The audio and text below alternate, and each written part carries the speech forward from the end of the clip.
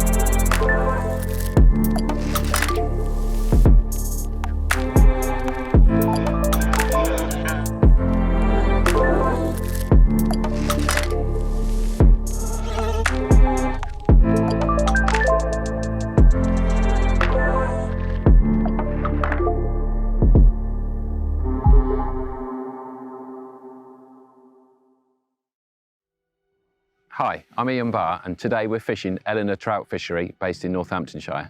52 acres packed full of trout, some massive, massive doubles to fish of about 2 pounds. The perfect water for the beginner to the intermediate angler.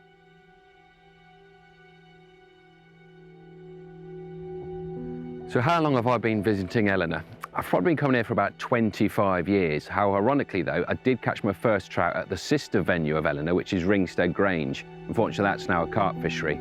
Now, Brad Gifford, a good friend of mine, has now taken over Elinor, so let's hope I come here for another 25 to 30 years.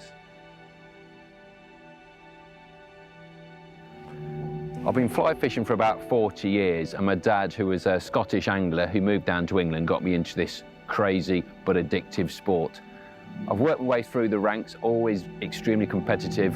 I fished in England youth team some 32 years ago, made myself to the dizzy heights of the senior team and eventually winning my aim for the world title in 2009. It's an addictive sport, I love it, and I'm going to keep going.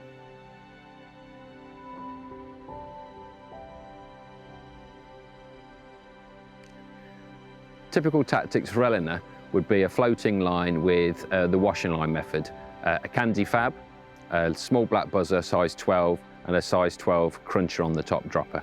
Cast across the wind, chuck it out, and let the fish do the rest. Another favourite method on Elinor has to be the blue flash damsel. More often than not, fish caught on this lake by the average angler is a blue flash damsel. The fish love them, and the lake is full of damsel nymphs from about March, April through to height of the summer. I'm often asked, why am I so addicted to this crazy sport? For me, I love the outside world. I love the nature. I've seen kites today, I've seen all sorts of grebes and swans and various bird life. But for me, it's being outside, away from computer screens, away from the town, and the younger kids nowadays could learn a lot from taking up this sport.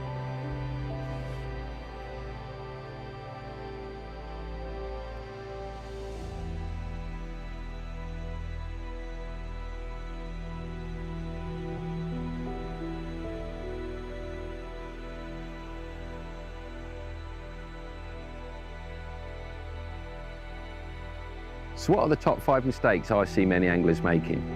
The first one is as they approach the water. So many people, I call them the hippopotamus, they go wading straight in without fishing the margins first. So when you approach the water, fish the margins and work your way out. The second mistake people make is they go into a new spot and they chuck and pull a big dirty lure through it. Any resident fish or even shy stockfish can be nervous of this and will push them out. Try something natural first. Work the margins with natural, work your way out, then go to the big and scary. The third mistake is the business end. So the business end is what I call the tippet material you tie to end of your fly line and your fly choice. Often the biggest mistake is the nylon is far too thick. or dare I say, some people still use the old Maxima brown. Fluorocarbon is the way to go.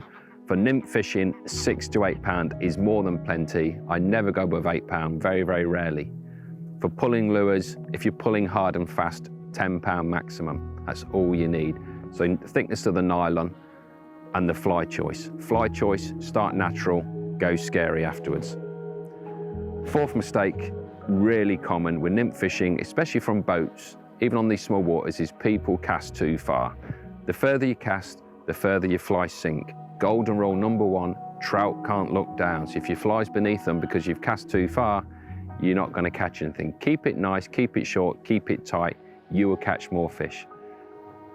The fifth mistake people make is simply fishing where the fish are not. It's that simple. Early season, the warmer water pushes down the wind. So typically today where we're at Elinor, all the boats are fishing and the bank anglers are all down the far end of the lake where the wind is blowing. That's where the food source is. Obviously, look where the anglers are, look where the boats are, follow those. Don't be single soulmate up your own down the top end, enjoying your peace and quiet. That's okay if you don't want to catch a fish. Follow the crowds. So what's my favourite style and my favourite method of fishing? It's ever so simple.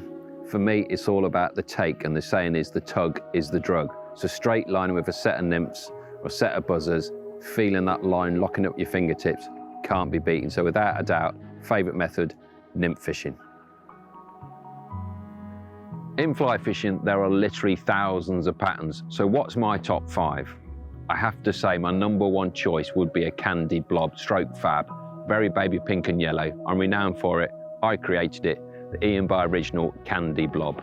Second choice, it's got to be a nymph. It's got to be the cutthroat cruncher. Again, it's a plain cruncher with a little red thorax, hence the cutthroat.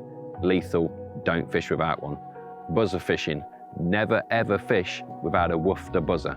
It's a little pink thorax, black rib body, pinky thorax, little orange cheeks. The woofter buzzer would be number 3. Number 4, let's go to the dry flies, has to be the big red. I fish globally. The big red has worked in every continent I've ever fished.